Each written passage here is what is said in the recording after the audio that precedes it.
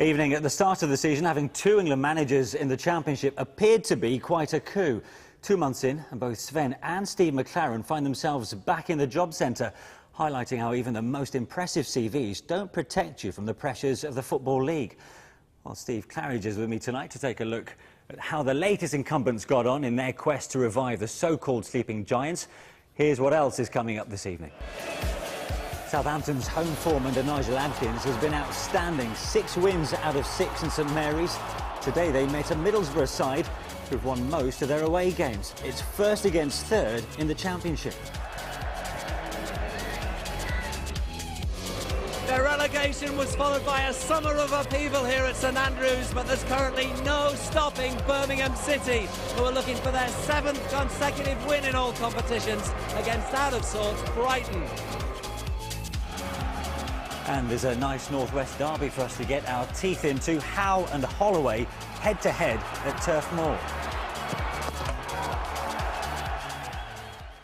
Well, we start tonight at the top of the Championship as leaders Southampton faced arguably their sternest test of the season so far against third-place Middlesbrough. Saints were looking for a club record 16th consecutive home win. Well, at St Mary's, to see if they could do it, was Tony Gubba. There's no more exciting team in the Championship this season than Southampton. Top of the table, their 6 home games have all been won with 16 goals scored. But today's visitors, Middlesbrough, are only 3 points behind them and have the meanest defence in the division. Well, it's back to normal for Southampton after 10 changes for the League Cup tie-in midweek. Adam Lallana returns after missing 4 games injured. He'll be on the left side of midfield, which means the Brazilian Gulli de Prado will play up front with Ricky Lambert in the striking role that he prefers. And there are 2 important faces back for Middlesbrough. Barry Robson returns after a 1-match ban, and Matthew Bates is back after 2 games out with an injured foot.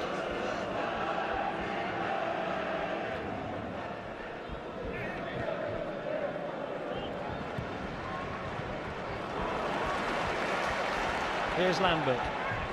Here's Lallana. Might need some support from the full-back, but he's won a corner. He's been at Southampton since he was 12 years old. But Southampton have got the corner. Hit long and deep. Good strike, took a deflection. Oh. Well, the central defender, Jose Font, Portuguese, up from the back for the set piece, turning away in disappointment with his shot striking a defender, and in it comes!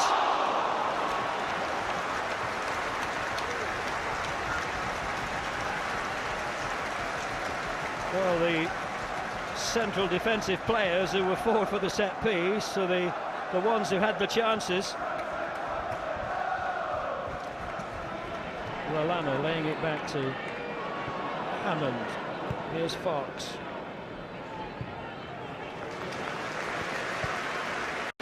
Butterfield pushed on. Lambert's in there. Oh, yes, what a goal! De Prado. The Brazilian with a really powerful header. And Southampton open the scoring.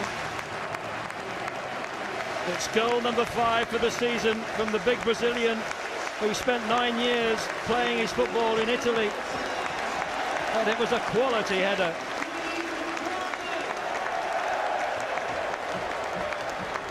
Mind you, the cross from Daniel Butterfield was absolutely perfect.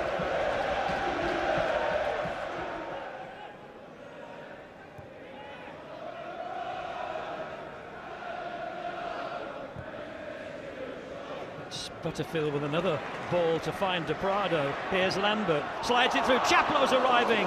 Oh, it's pretty football by Southampton. Now lifted in by Lallana. There's somebody free at the back, and that's got to be number 2. And it's De Prado again. And that might be that for Middlesbrough. We're only halfway through the first half, but Southampton have cut them to pieces twice. Lallana with the deep cross. It was headed back, and well, scoring was the easy part, but it was the build-up play Thank you very much. No team has scored more than 2 goals against Middlesbrough this season, but it might happen this afternoon.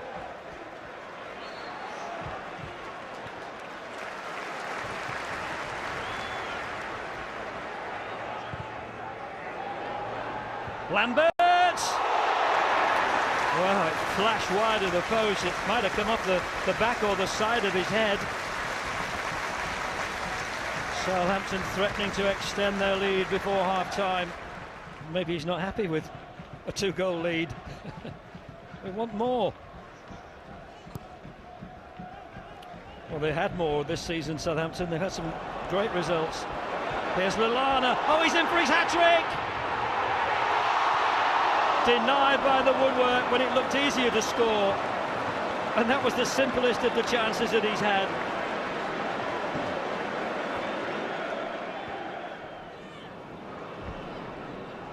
Here's Robson, trying to find MacDonald. Oh, it's a free kick. Jus Hove, the 6'4" Dutchman, penalised. But it looks as if Tony McMahon is going to strike it. And it is McMahon! Oh, and that wasn't too far wide.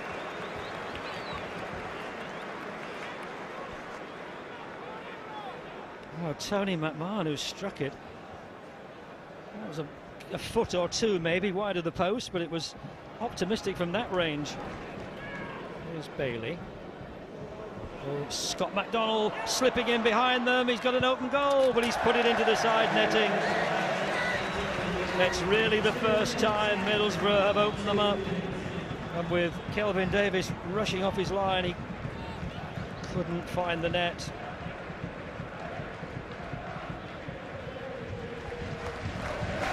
Here's Bennett. Parker. Oh, he's waited too long and he's lost possession. Chaplow. Here's Cork.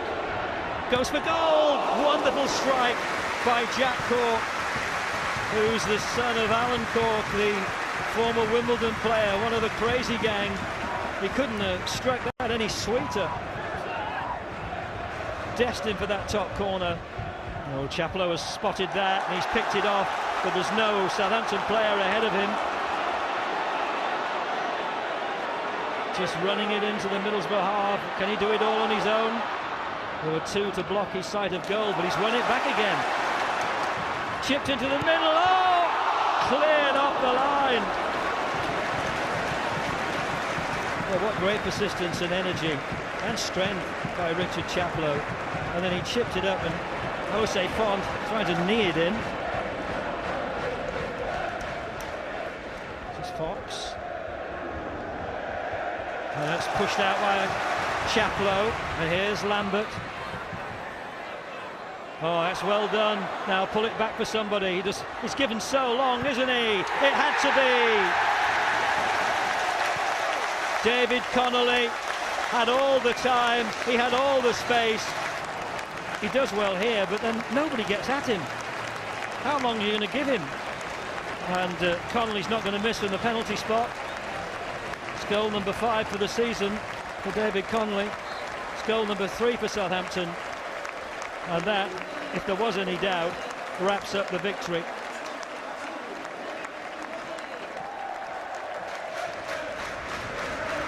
It's Borough fans who are making the early exit, the start of that long journey home.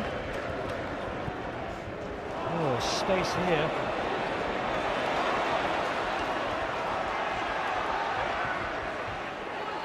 Oh, what a strike! What a strike by Lambert, who continues to impress. That was a great strike on the volley.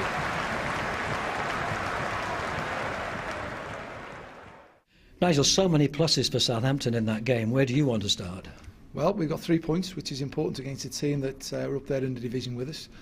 We kept a clean sheet and we scored 3 exceptionally good goals. I mean, the third goal has come on the back of 25 passes and then a 26 contacted the ball as David Connolly putting the ball in the back of the net. So we're really pleased about that. You can see why they've won every game they've played at home. They've got options, they've got some good technical players that can pass it, they've got good legs, they've got a very obvious physical threat up front as well, and they utilise all of them. So, you know, we give them credit for being effective today and winning the football match.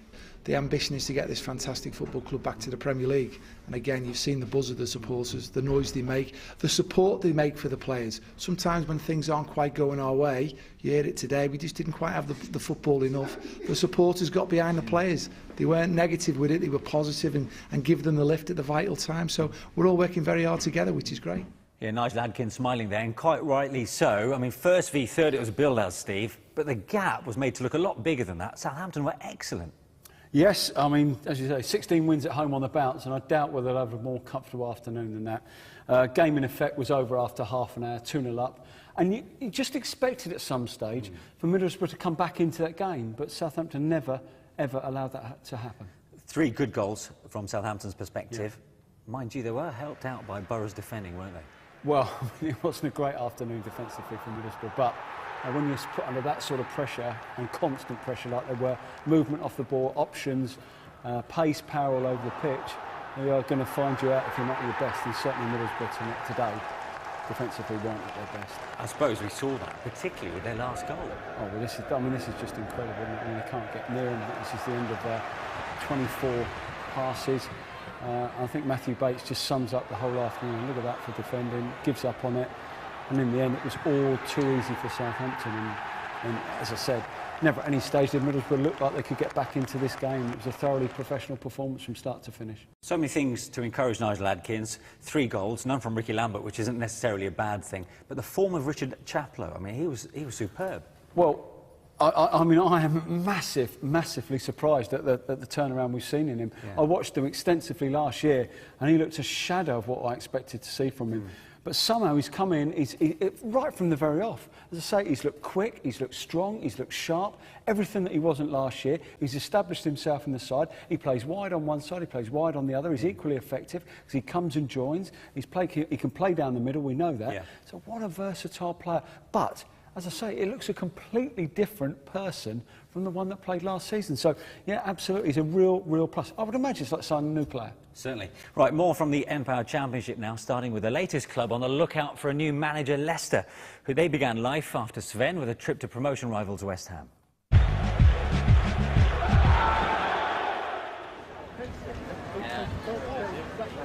Come on, Leicester. Come on, Leicester! Leicester embarked on the post-Sven era with a trip to second-placed West Ham. While they looked for his replacement, the Foxes had academy boss John Rudkin and coach Mike Stowell in charge. A win today would see the Hammers collect a 4th league win in 7, and they were ahead here 21 minutes in, Sam Baldock rising highest to give the hosts the advantage. Barely a minute later and Leicester found themselves 2 down. Joey O'Brien teeing up Frenchman Julien Faubert, who picked his spot perfectly. That was his first since February last year. In what was turning out to be a breathless first half, West Ham could have made it 3. The impressive Baldock inches away from his second. Leicester were looking for their first win at West Ham in 11 years, and shortly after the break came the counterpunch. Richie Wellens crossed for Andy King, who snuck in at the back post. But West Ham restored their 2-goal advantage thanks to the old 1-2-3. 1, Green launched it. 2, Piquillon flicked it. 3, Baldock volleyed it. 3-1. Leicester replied with a 1-2-3-4. Schmeichel's launch, Howard's flick, Nugent's nod, and King's volley. 3-2 with 15 minutes to go. Buoyed by that goal, the Foxes went in search of an equaliser as Steve Howard went close. But he couldn't score, which meant that the Leicester stumble continues without Sven, but West Ham's promotion bid gathers momentum. We've suffered in the past by conceding at the end, but didn't this time, and it's a very, very important and a very well-earned 3 points for me. I thought there was excellent second half, and they had a right good go, and I said to them just at the end of the game there, I was proud of them, that second half performance, and I was excited, and heart rate was was beating fast, and it was a good contest between two teams playing their hearts out. They've clung on to their championship lives for the past 2 seasons, but this time round the Eagles have started as if they mean to challenge at the top of the table. The early talking point came from an unlikely source, some tricky wing play from an evasive Fox who didn't stick around. This has been Palace's best start to a season in a decade, and it would have been even better had Glenn Murray not been in an offside position. Palace were looking for a 5th successive win in all competitions, but they're up against a Reading team undefeated in 7, and the Royals went close after the break from an Adam Lafondra header. So it was goalless going into the final moments of added time. Casper Skorks managed to find the net for Reading, but referee Andy Warmer had seen an infringement. 0-0 it finished.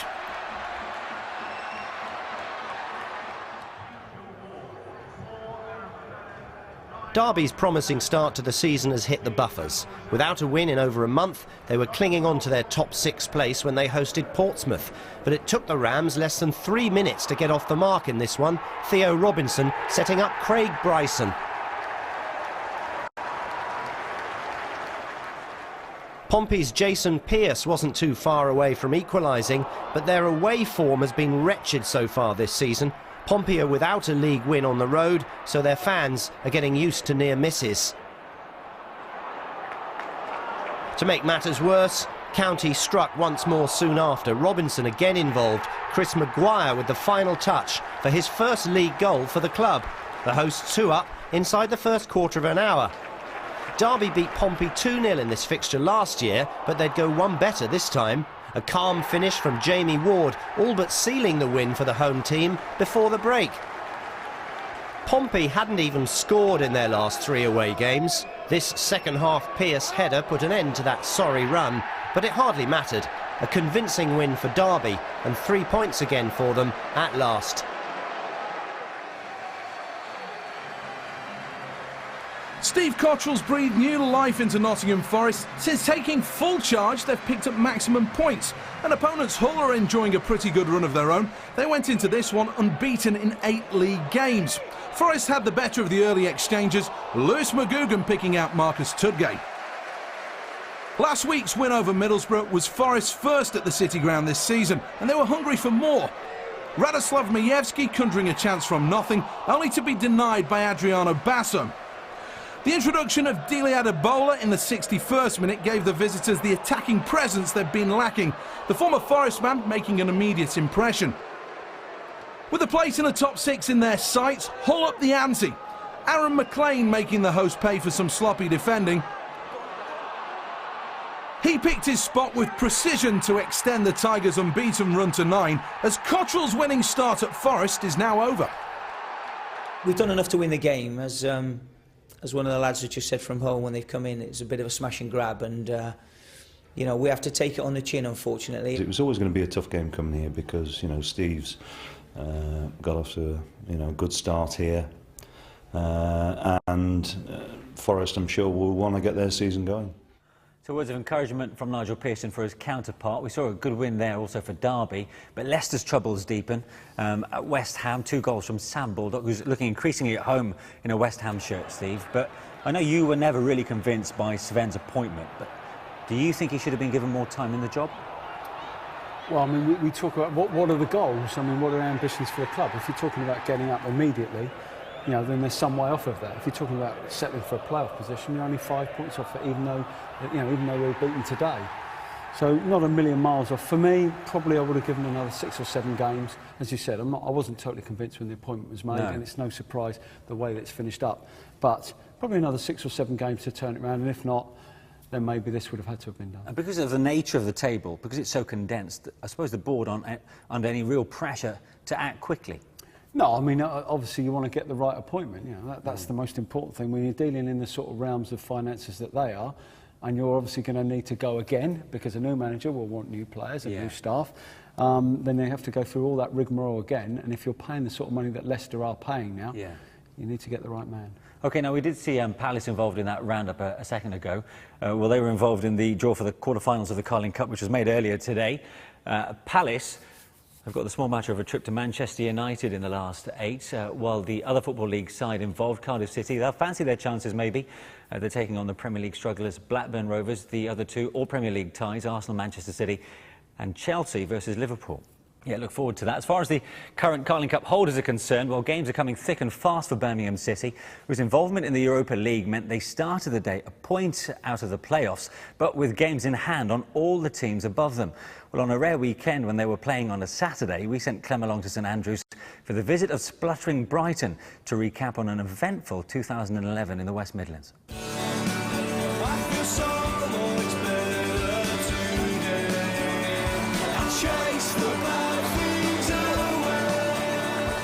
Back in February, they defied the odds to beat Arsenal and lift the Carling Cup. Zigic up off the ground. Oh, a mix-up! Martins! It's a gift for Birmingham! Martins has taken it! But by May, they've become the first team in over a quarter of a century to win a major English trophy and be relegated from the top flight in the same season. Gutted. Oh, sick as a parrot, as they say. It was horrible. Terrible. Terrible. You don't look as though you could be grumpy, but were you?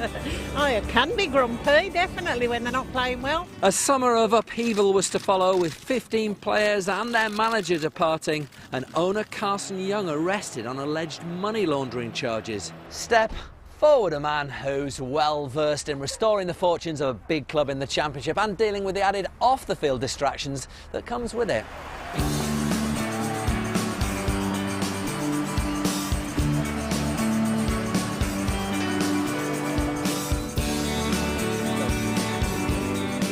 We were all shocked about what happened up in the North East. I mean, were you very hurt by it, and did it take a long time to get it out of your system? Not to get out of my system, because you move on. You have to move on. You can only deal with what is fact. I think the fact that when I left, we were in a good position, and I think most people were perhaps as aggrieved as what I think in some ways that helps.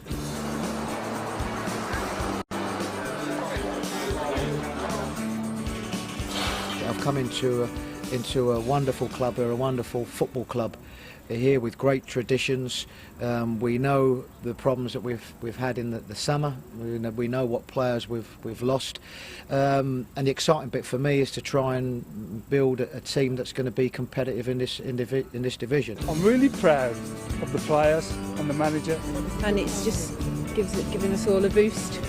Not missing the Premiership at all. Are you being briefed regarding the off-the-field stuff? Yes, I am, and through Peter Pan, who I've got a very good relationship with, I was very aware of the job that I was coming into, so that there haven't been any surprises for me.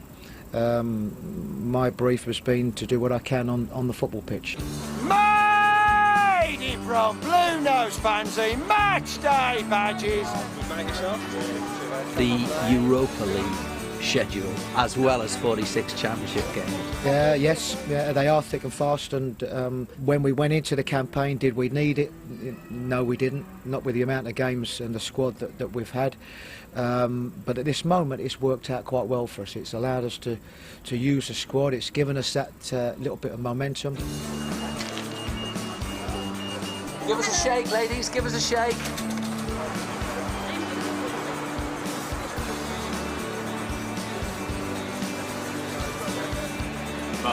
Come in. 6 wins, mate. 6 wins.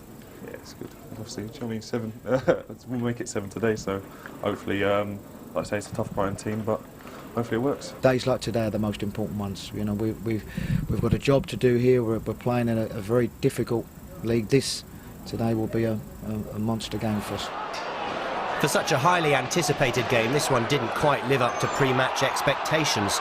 Birmingham did have the best of the exchanges, Marlon King fizzing this effort just wide.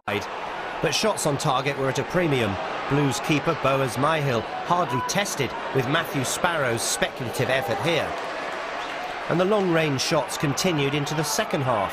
Myhill again untroubled, this time by Liam Bridcut.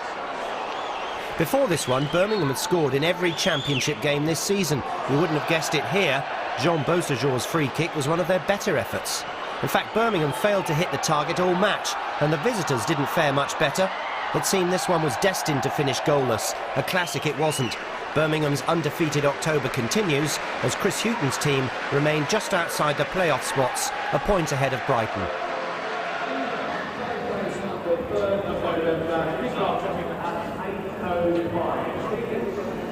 We didn't start the season too well, and we had to learn a little bit about this division and players trying to gel together.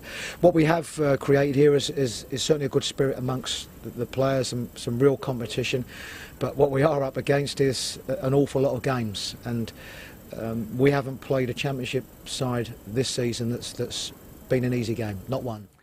Chris Hughton reflecting there as Birmingham's winning run comes to an end, but they are still unbeaten in 8 in all comps. I mean, considering all the uncertainty of your old club at the start of the season, Steve, they've done really well, haven't they?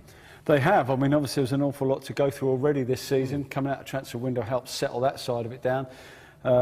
Mid-September, got absolutely beaten up badly at Southampton. I was sat with one of the local reporters that I know well from my time there, and it was all doom and gloom. Yet 10 days later, playing in the Europa League, they beat Maribor, who have an excellent record at home.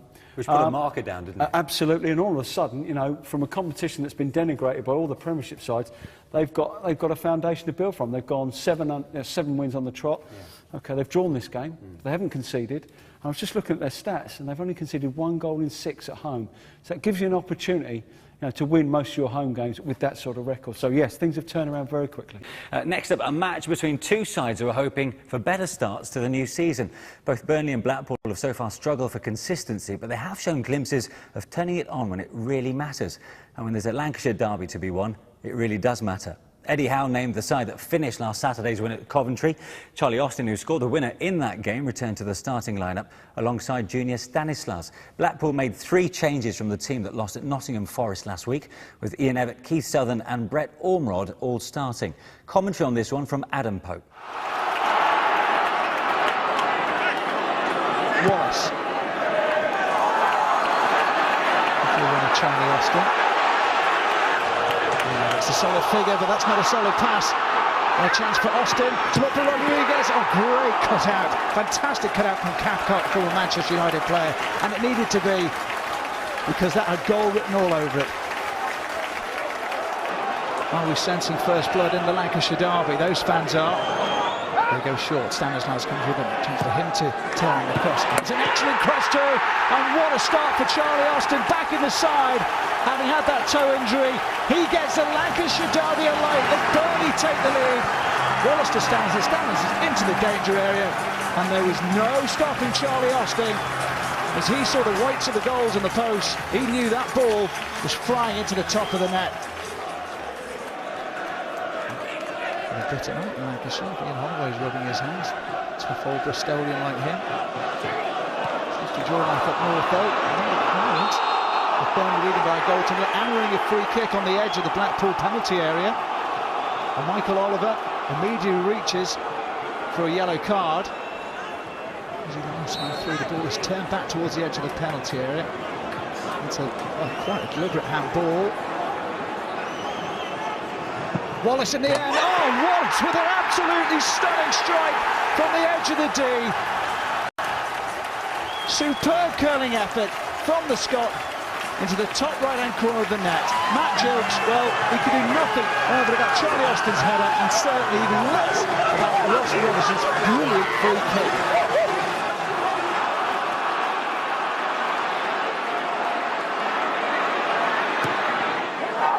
Another ball in, this time looking for Austin.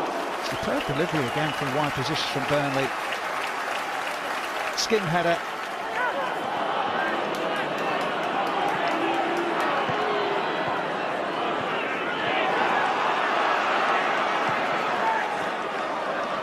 And Shelby. Crony's gone on the overlap. Shelby goes himself and forces the first save out of Lee Grant. Shelby, the curling effort wasn't too difficult for Grant in the end. And Ormrod, a chance to run. Keith Sutton's with him. Ormrod, a chance to haul it here. Goes to the near post. Good save from Lee Grant, low down. But Brett Ormrod, he wasn't going to be asked again. But Brett Ormrod sensed the goal was at his mercy and forces a very smart save from Lee Grant. You see the men that Blackpool committing forward now. Shelby has options. McManaman is one of them. He finds him. And taking on Trippier. McManaman works it onto his left foot. Does well. Low save from Lee Grant again. Luala can't convert the rebound. Good play. Committing bodies forward here. Shelby looked up. McManaman. Look at Trippier. Dropped the shoulder. It's a nice shot too. Room yet and time yet for Burnley to grab a third though. Austin turns it back for Burnley, and it's all over. The sucker punch in the end.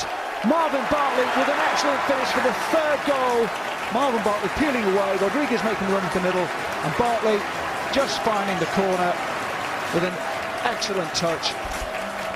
And 3-0 is harsh on Blackpool, but more reflective of the superiority that Burnley had in the first half.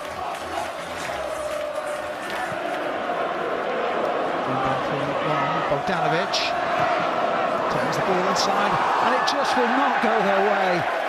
Keith Sutton sliding in. Bogdanovic did everything that was asked of him, really, and in the slightest ricochet just takes it away. All onside. Bogdanovic has to square this ball. Slight little nudge, just did enough.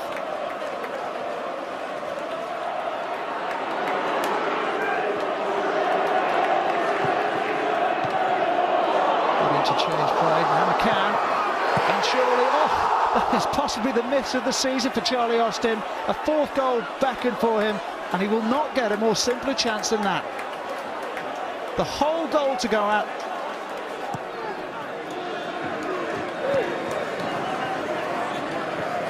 Poor ball from Michael though. To Baptiste, and now Shelby with a chance to get something back, and Shelby does just that, and it is the least that Blackpool have deserved, and at least they take a little bit of something back west of them, to the far side of Lancashire, to the seaside. But in the end, it is defeat. But Shelby, the prodded finish for Blackpool, giving them some just desserts on a night that really hasn't gone their way. It's a second goal for the club. Our home record, you know, we know we needed to improve it, and we wanted to start on the front foot and really take the game to Blackpool. And not only that, I thought we passed and moved the ball really well. And the icing on the cake was the goals, and they all came at good times. I wish the team that played in the second half for me and how they played turned up in the first half. To be honest, I think goals are affecting us too badly. They're too easily going in, 2 set pieces. And we got to get right back to basics. After that, the character we showed second half, we needed to finish. If we'd have got the third goal in the game, I think it would have been a totally different story, but I can't prove that. They got it against the run of play at the time, and that probably secured a victory. The bookies have this week made you a favourite for the Portsmouth job. What's your message to the Burnley fans? Well, my message to the Burnley fans is I'm staying. I'm 100% committed to the club. I'm really enjoying it, and hopefully we can have success together. Well, the Burnley fans will be happy to hear that, and they were treated to a fabulous game at Turf Moor on Saturday, including that second goal. But what about the build-up to this free kick between Ross Wallace and Andre Mugu, the artist formerly known as BK, shall we say? Well, I know I'd like to have my money on if it got any more heated, but no, I mean, I can't understand why. Why would he get involved? Mr. Mugu wants to take that off of Ross Wallace, because Ross Wallace has scored plenty of goals like this. What a goal! Free kicks, yeah, absolutely magnificent finish, and yes, the right man took the free kick certainly. As for Blackpool, 2 wins in the last 8 now. Ian Holloway's coming under increasing pressure from his fans. A lot's gone on at that club in a short space of time. Absolutely. So have you got sympathy for Ollie because of what he's done, or with the fans here? Well, if you take out the Premiership, going up and coming back down, 13th, that's not bad for Blackpool. Having said that, let 12 go. 1 or 2 players that have been let go. Yeah, 16 in. Yeah, 16 They're starting afresh. Yes, they are, but There is a degree of latitude probably that most managers at Blackpool in recent years haven't had to work the transfer system. So you can see what they're talking about. But as I say, 13th for Blackpool at this stage isn't too bad. And and if they're in and around the playoffs come the end of the season, then that's fine. Well, with Cardiff playing Leeds on Sunday, that leaves us with 4 more games to look at in the Championship, starting with Ipswich Town's trip to Millwall. There was a trip to South London for Paul Jewell's Ipswich team, who had Michael Chopra in the starting lineup, despite his widely reported treatment for a gambling addiction. Millwall ended their 10-match winless run in fine style last weekend with a 3-0 victory at Leicester, and they started full of confidence here. Just 5 minutes played when Jay Simpson eventually gave them the lead. Simpson, on loan from Hull, was in the thick of the action again just 3 minutes later. David Stockdale made the save, but in a role reversal, Darius Henderson this time was on hand to convert. He's a man in form following his hat-trick last week. Simpson has previously had a spell on loan at Millwall while still an Arsenal player, and he almost added to his and the host's tally after the break. Stockdale somehow keeping out Brian Howard's follow-up. Town saw a 6-match unbeaten run come to an end last weekend against another South London side, Crystal Palace, but they gave themselves some hope midway through the second half. Jimmy Bullard on target. But it was Bullard's former Hull teammate Simpson who was the star turn on this occasion. He set up Liam Feeney, and the hosts had their 2-goal advantage restored. And just 2 minutes later, Simpson decided that he'd do it all himself. Stockdale helpless as Millwall went 4-1 up.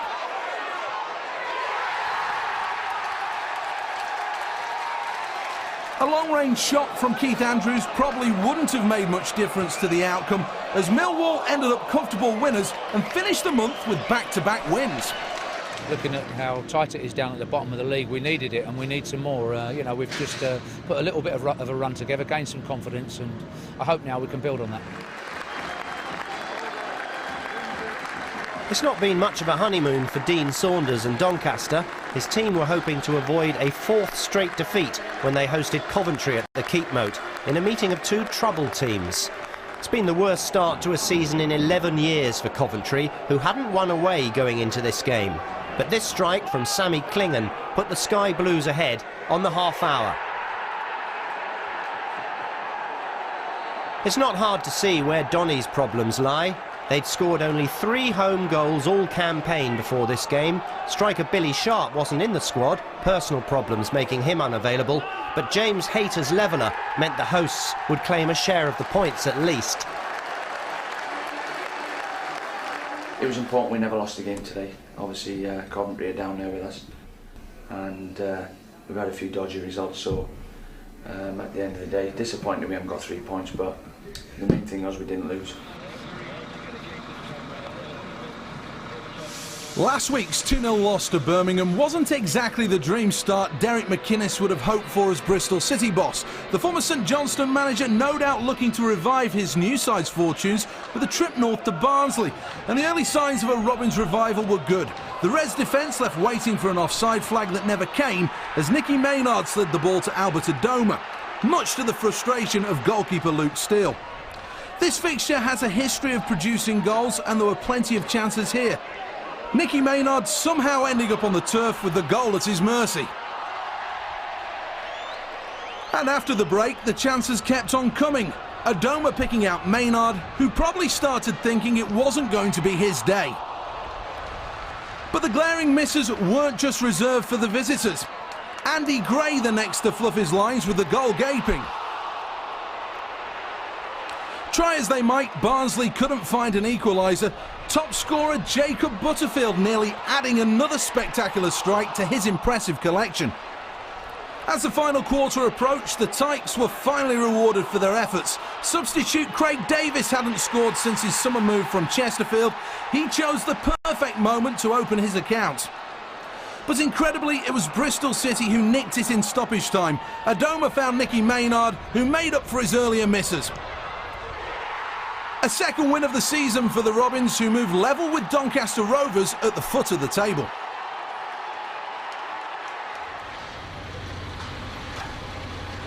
The visit of Darren Ferguson's Peterborough is the nearest thing to a guarantee of scoring in the Championship. It was no different at Vicarage Road, where Watford were hoping to add goals to their ghouls. With 4 straight defeats, the Hornets had yet to secure even a point in October, but Posh haven't kept a clean sheet all season, and it took less than 5 minutes to ensure that record would continue. Mark Yates with his 3rd Watford goal. Now, Peterborough might concede a lot of goals, but they score a fair few too. They went into this game as the Championship's 2nd top scorers. Lee Frecklington's fine shot was number 27 in the league so far this season. And moments later, there was almost another, as Grant McCann's free kick beat Scott Loach, but not the post. But the visitors self-destructed again soon after. McCann made this challenge on Prince Boisben. Penalty awarded. Marvin Sordell stepped up and put the Hornets ahead, but there was plenty more to come before the break. Just 2 minutes later, and another McCann foul on Boisben, this time outside the area. Yates took the free kick, and Sordell was there to punish Posh once again. Watford now 3-1 up. Paul Taylor's run had the Watford defence on the back foot. Taylor set up Emile Sinclair to give hope to the visitors. 5 goals before the break. The second half was always going to struggle to live up to the first.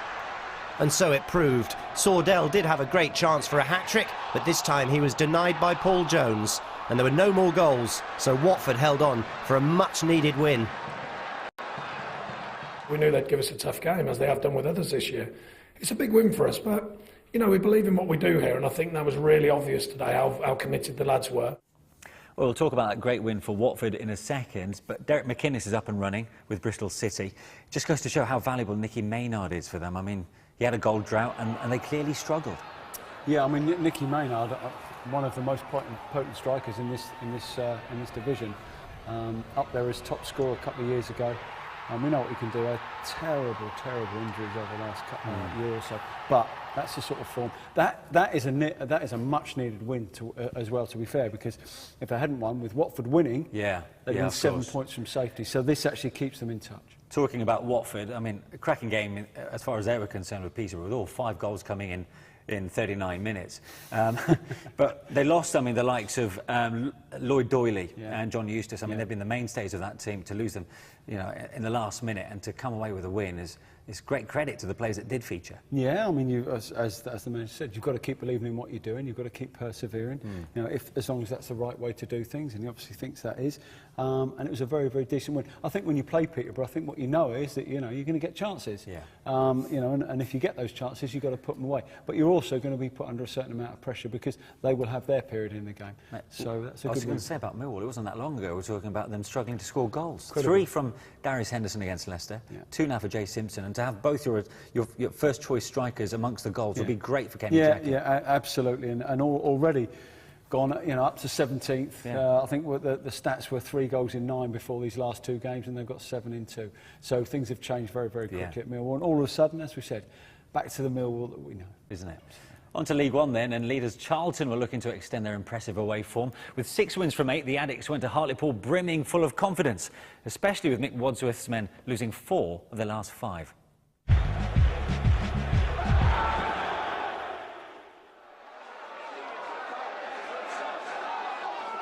Bradley Wright-Phillips says he's the happiest he's ever been, which is good news for Charlton, but not so good news for everyone else. Having fired the London club to success at Wickham in the week, it took him just 9 minutes to get off the mark at Hartlepool. His 4th goal in 3 matches, raising his overall tally to 11. Not the start that Mick Wadsworth was hoping for, with the Pools boss demanding a big response after 3 successive home defeats. But 8 minutes before the break, Royce Wiggins provided another cross that Wright-Phillips put away with ease.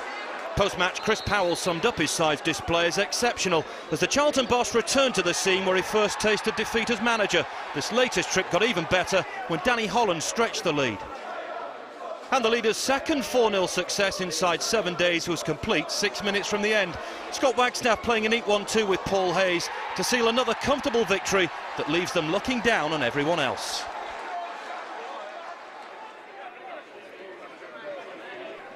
Believe the reports, and Lee Clark's future is up in the air. The man Leicester are said to see as Sven's replacement. His Huddersfield side had some big scares at the bottom club Yeovil. Dominic Blizzard first to rattle the woodwork for the home side, leaving Clark keen to stress afterwards that his mind was still very much on the job and he'd heard nothing from the East Midlands.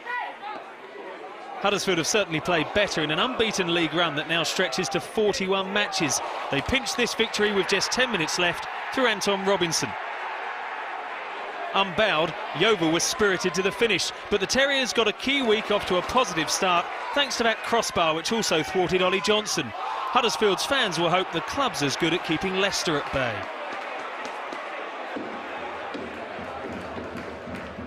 This was second from bottom against third from top, and it appeared to be going with form when after 23 minutes Jose Semedo fired the away side ahead. Brian Lowe came close, but the Portuguese midfielder was on hand to fire home his first of the season. Then, just 6 minutes later, a little bit of history was made. At just 15 years and 325 days old, Jordan Ebe became the Chairboys' youngest ever scorer and one of the youngest ever in the Football League. His run and finish showing the strength and composure of someone double his age. A moment to celebrate, so celebrate he did, earning himself a yellow card from referee Chris Sargentson in the process. But the home fans' joy was short-lived as 10 minutes before half-time, Ryan Lowe put Wednesday back in front as he headed home his first Al's goal, helped in part by some slack marking. Wycombe's route back into the match became that bit trickier when, with just over 15 minutes to go, veteran Gareth Ainsworth picked up his second yellow. Ainsworth had played more than 100 professional matches by the time his teammate Ibe had even been born. His tackle on Danny Bart meant he saw red.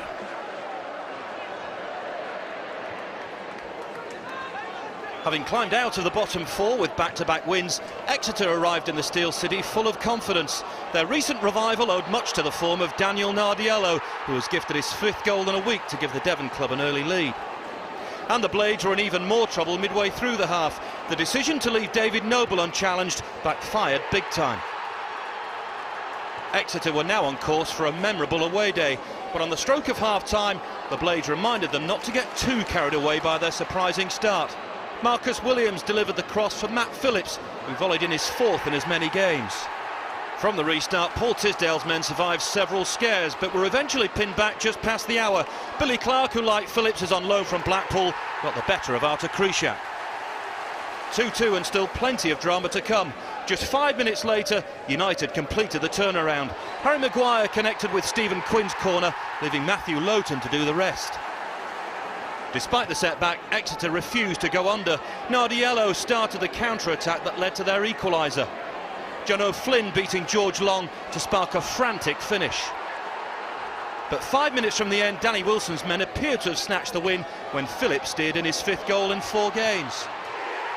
Victory would have closed the gap on neighbours Wednesday to just a single point, but James Dunn ruined it for them barely a minute later. The former Arsenal trainee making the most of some awful defending to earn his side a share of the points. Now that's entertainment.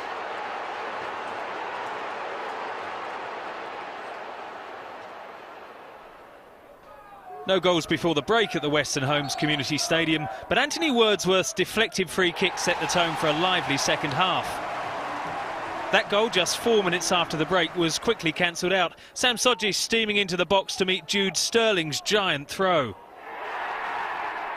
So Notts County level, only to be undone by a frantic 8-minute spell, sparked by Coyote Odaje's determined run, which reached a messy conclusion, but still set up a goal for Mikel Antonio, on target at the second attempt. Before Martin Allen's men could respond, they were punished again, unable to deal with Ben Williams' goal kick and guilty of allowing Ian Henderson far too much space. That fabulous finish was matched by the neat pass which helped to kill off the contest. Henderson releasing Odaje to make it 4-1 in Colchester's favour. With only 16 minutes to go, a county comeback always looked unlikely, though with a bit more luck, Lee Hughes might have rekindled the visitors' challenge. They did pull one more back right at the death, the camera catching up just as Matt Heath turned Jeff Hughes' effort past his own keeper. Grim viewing for the defender, but he'll still like the look of the scoreline.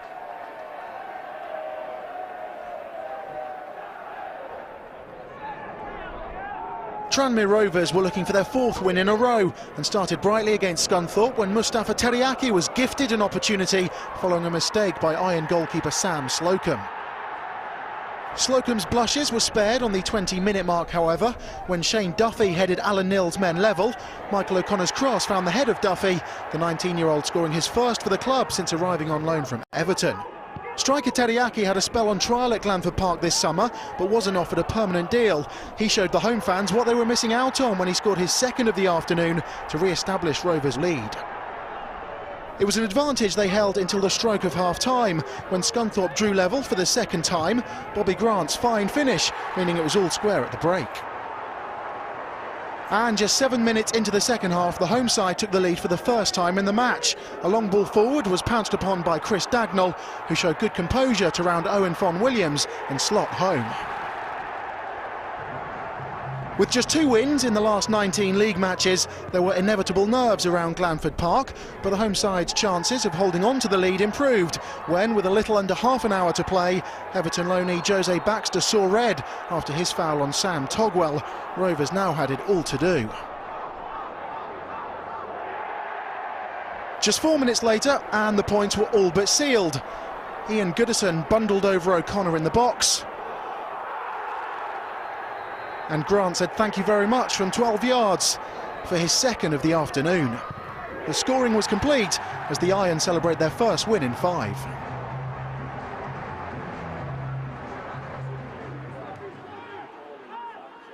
For half an hour, Walsall were more than a match for the Dons, but then everything changed. Jimmy Walker lost his bearings and then tried to argue he handled inside the area.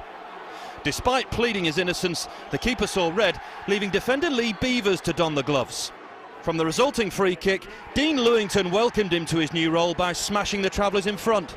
That put Carl Robinson's men on track for their first win in 5 matches, which was pretty much rubber-stamped on the stroke of half-time. As Walsall struggled to clear their lines, Stephen Gleeson set about doubling the advantage. The Saddlers' stand-in stopper did well to deny Luke Chadwick, but Jabu Abire was on hand to increase the lead. Frustration got the better of Dean Smith during the half-time break, with the Walsall boss sent to the stands for the second half, and from his new vantage point, he almost saw his side get back in it.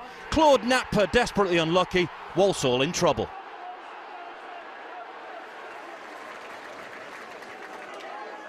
A talking point at Brunton Park midway through the first half as Oldham edged in front. Lee Miller certainly appeared to get the ball, but there was enough contact for Robbie Simpson to go to ground.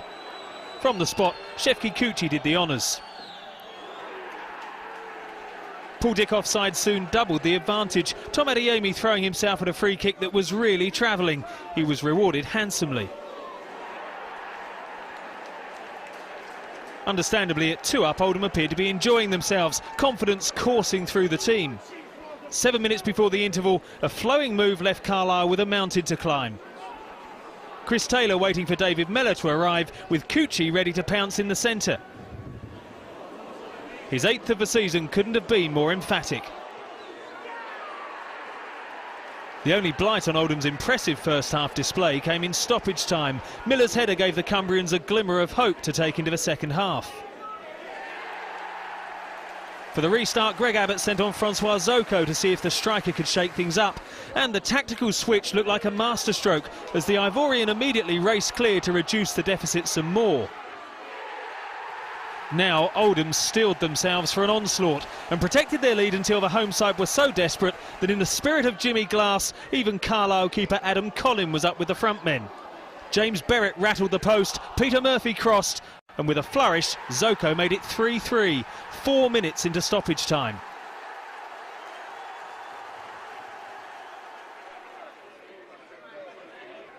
With new Russian investment this week, Bournemouth made the journey to Deepdale with a spring in their step, but they fell behind on the half hour, Juvel Sumu scoring his 3rd goal in 3 matches. The lead only lasted 3 minutes of the second half, however. Wes Thomas has been in fine scoring form since arriving from Crawley. His equaliser made it 4 goals in his last 4 matches. 10 minutes later and the turnaround was complete. Perseverance was the key as on-loan Wolves man Scott Malone scored his first goal for the Cherries at the second time of asking. And with just over 20 minutes remaining, the match was all over. And Phil Brown, if you're watching, you may want to look away now. Turner played the ball to Clark Carlisle, who misjudged it completely. Mark Pugh is Bournemouth's leading scorer, and he didn't need a second invite. 3-1, and with it the Cherries move out of the drop zone. Sam Saunders was the inspiration behind Brentford's latest success. A peach of a free kick, just the tonic for a team who hadn't won in their previous 5 matches. It's been a while since Chesterfield sampled that winning feeling too, but 3 minutes after going behind, Leon Clark restored parity. Alex Mendy's centre led to chaos in the box, and Clark eventually helped himself to his 8th of the season. The Sparrites were hoping that might have been the catalyst for a first victory in over a month, but 8 minutes from time, Watford loanee Dale Bennett crashed in Brentford's winner on his debut to condemn Chesterfield to their 6th defeat in 7 matches.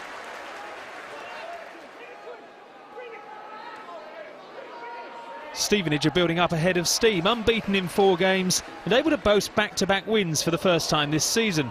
Their aerial power too much for Bury before Byron Harrison swept in the opener. Every time the Shakers had trowed at half-time this season, they'd lost. And it became clear Richie Barker's men weren't going to buck that trend when they slipped further behind with just 15 minutes to go. Mark Roberts played onside by one tardy defender to put Stevenage in control. They needed that. Just 3 minutes later, Borough fell victim to a long ball that seemed unlikely to cause much damage until Lionel John Lewis was bowled over by Laurie Wilson. Andy Bishop maintained his scoring streak with his 4th goal in 5 matches, but Bury had left themselves too much to do.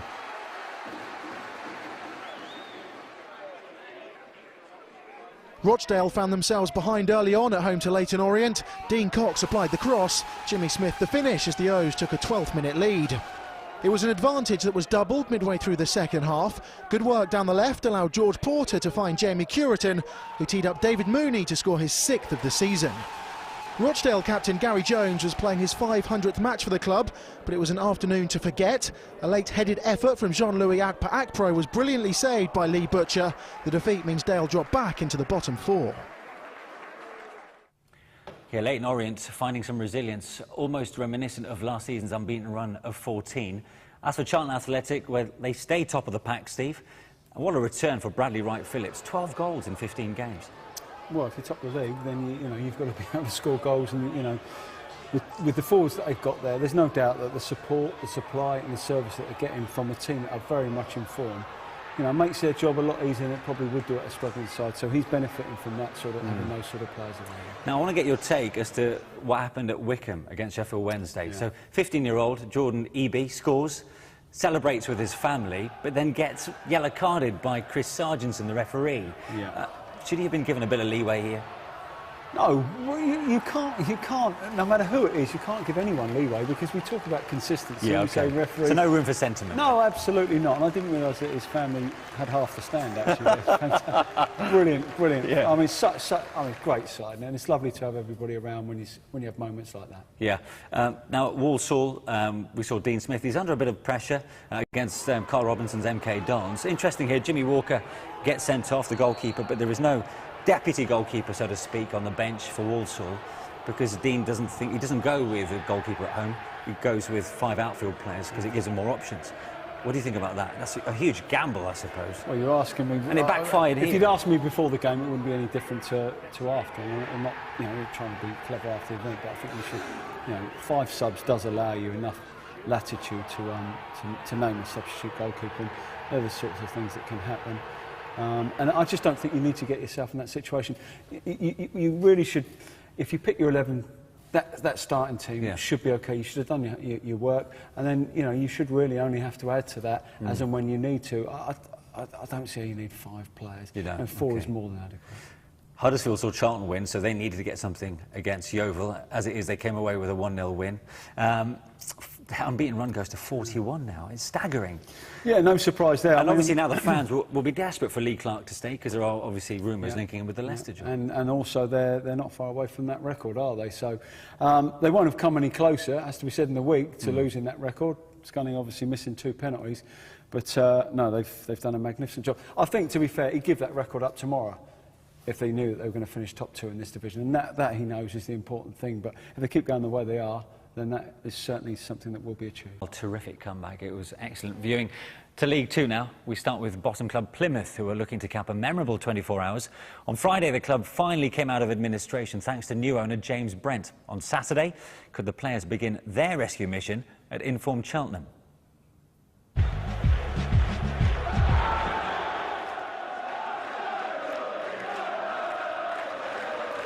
Despite being desperately short of strikers, Argyle got a rare slice of luck at Cheltenham. 17-year-old Jared Sims seeing his header palmed onto the shins of Steve Elliott.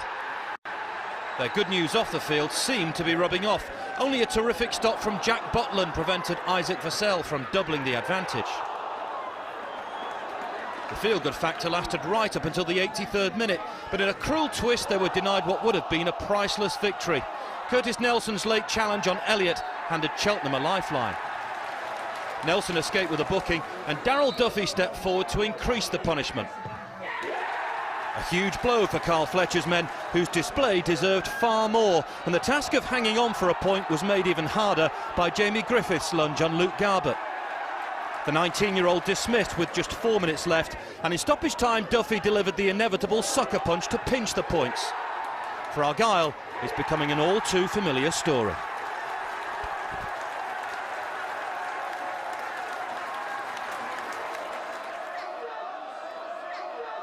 Crawley's otherwise perfect October ended on a disappointing note as they lost the League Two leadership. Peter Murphy making the most of Charlie Barnett's clever free kick to give Accrington a half-time lead for the first time all season, which the strugglers held until 12 minutes from the end. A fine strike from substitute Hope Akpan set up the home side for a big push to make it 8 successive wins. Their opponents held on though, just. Michael Doughty closest to a winner for Crawley, who refused to give Accrington any credit. Well, if they'd one effort and goal, and they've not tried to play, and the referee had 6, he could have added 26, and if that's football then, dear me.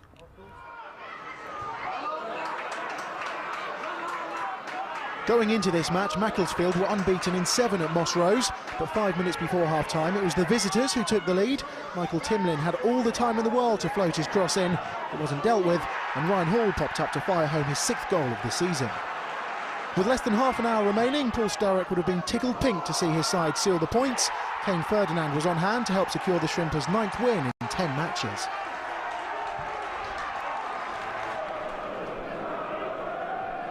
Wimbledon at least managed to avoid setting a new club record of 4 straight defeats after holding Shrewsbury to a goalless draw. Don's boss Terry Brown missed the game due to family matters, leaving Stuart Cash in charge. Only the bar stopped Ricky Wellard from opening the scoring. Matt Richards might have won it for Shrewsbury, but Seb Brown's flying save made sure it finished all square.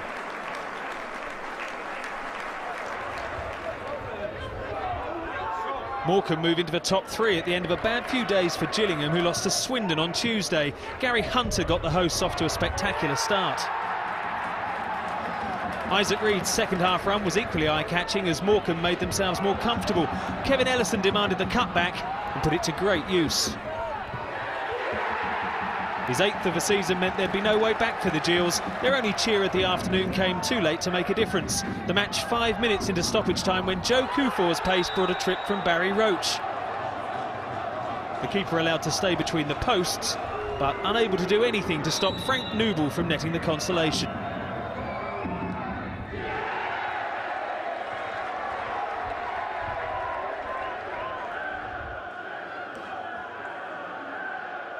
Defender Michael Dewberry isn't known for his goal-scoring exploits. However, after just 11 minutes, he finished with a plum. Only the 36-year-old's 8th league goal of his career, ensuring the home side were off to a flyer. On the hour mark, the visitors levelled things up. Adam Yates crossed to Mark Richards, who swept home his 5th goal in 7 matches. However, parity didn't last long, as Peter Leven put Chris Wilder's side ahead for the 2nd time, and sometimes the pictures simply don't need words. Leven's strike was worthy of winning any match. However, with less than 10 minutes to play, the visitors were presented with the chance to equalise. Dewberry's foul on Richards gave the Vale captain the chance to bag his 2nd of the afternoon. He stepped up confidently, but goalkeeper Ryan Clark was equal to it. In the end, Leven's strike condemned Mickey Adams' side to their first away defeat in 5.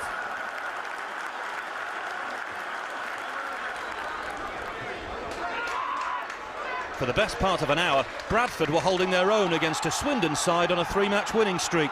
But when Andrew Davis went through the back of Jake Jervis, the omens didn't look good.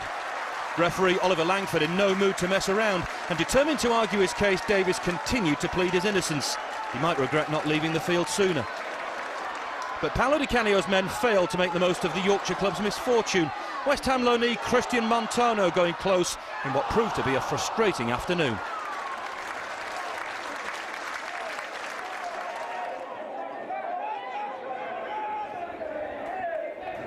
It took just 7 minutes for Burton Albion to heap more pressure onto struggling Barnet.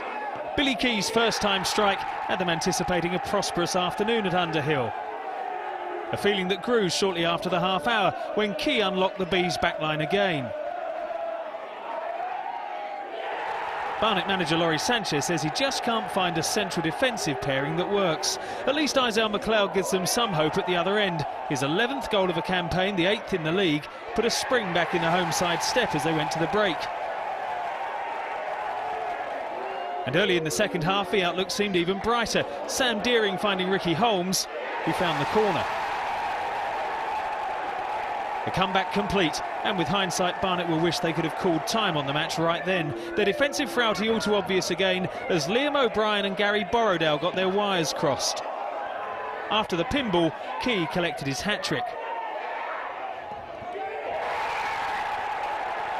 With 17 minutes left, the danger man was replaced by Adi Yusuf, but if Barnet thought that would make life easier, they were sorely mistaken. The sub got off the mark immediately.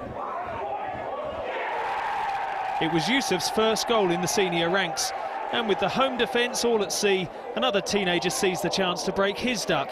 Jack Dyer taking the score to 5-2 with a shot that was inch perfect. Albion boss Paul Pesce-Solido wasn't best pleased with his team's defending either.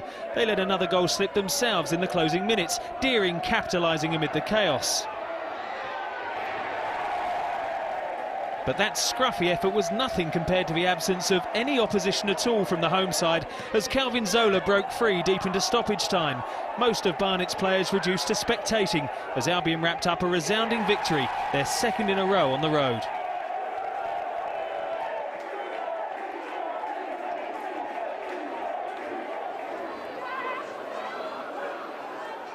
Two out-of-form sides went head-to-head at Sixfields, but despite points proving hard to come by, both teams appeared determined to outdo each other on the generosity front. Firstly, goalkeeper Sam Walker gifted the visitors possession, before eventually Alex Revel set up Gareth Evans, who scored his 6th of the season after just 2 minutes. Not to be outdone, the visitors then returned the favour. Lewis Young's cross was too hot to handle for goalkeeper Conrad Logan, who parried into his own net after 24 minutes. Despite his best efforts, the ball had crossed the line and Gary Johnson's men were level. And they could have taken the lead in the second half, but Logan went some way to making amends with a fine fingertip save from an Adebayo Akinfenwa header. He couldn't seal the points, but their run of 4 consecutive defeats comes to an end.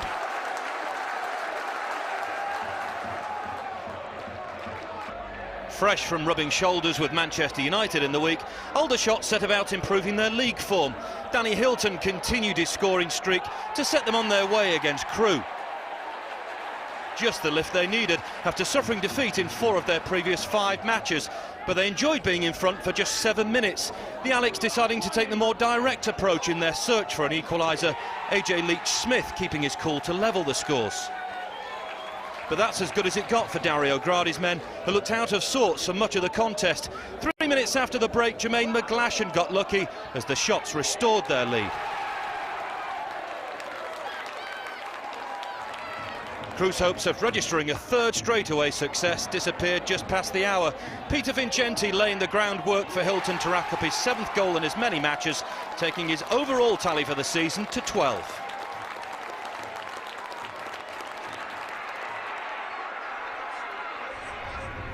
Hereford's rise away from danger stalled at Plainmoor. David Cornell was judged to have carried Kevin Nicholson's free kick over the line to give Torquay the lead. On recent form, that didn't mean the result was cut and dried. Hereford had just won 3 on the trot. But they were soon carved apart to leave the home side with a healthy half-time advantage. Rene Howe drawing the keeper before teeing up Billy Bowden. Howe was singled out for praise by manager Martin Ling for his build-up play. though it was the man who replaced him towards the end who almost made the success more comprehensive. Sub Taiwo Atieno's effort cleared off the line. Torquay were happy enough. That's back-to-back victories after 8 without a win.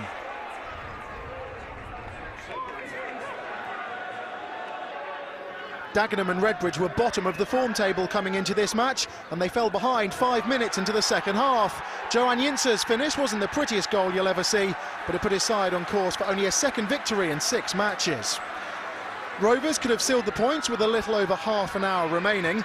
Craig Stanley's cross found the head of Matt Harrold, who was inches away from his 7th goal of the season.